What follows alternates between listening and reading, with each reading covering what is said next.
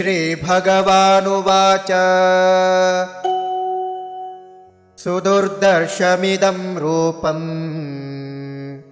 दृष्टवानसि यन्मम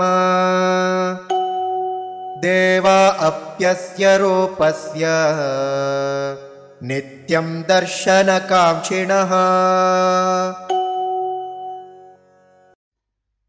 श्री भगवान् उवाच सुदुर्दर्शनम् इदं रूपं दृष्टवान् असि यत् मम देवाः अपि अस्य रूपस्य नित्यं दर्शनकाङ्क्षिणः।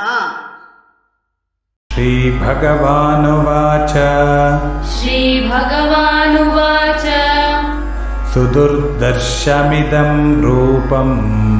सुदुर्दर्शमिदं रूपम्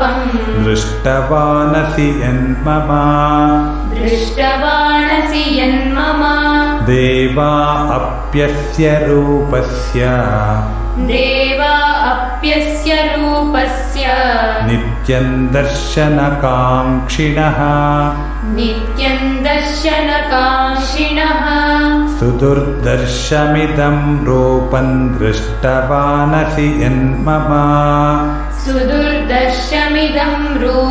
दृष्टवानसि यन्मम देवा अप्यस्य रूपस्य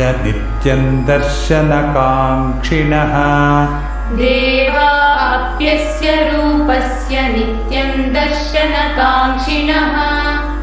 सुदुर्दर्शमिदं रूपं दृष्टवानसि यन्मम देवा अप्यस्य रूपस्य नित्यं दर्शनकाङ्क्षिणः। सुदुर्दर्शमिदं रूपं दृष्टवानसि यन्मम देवा अप्यस्य रूपस्य नित्यं दर्शनकाङ्क्षिणः।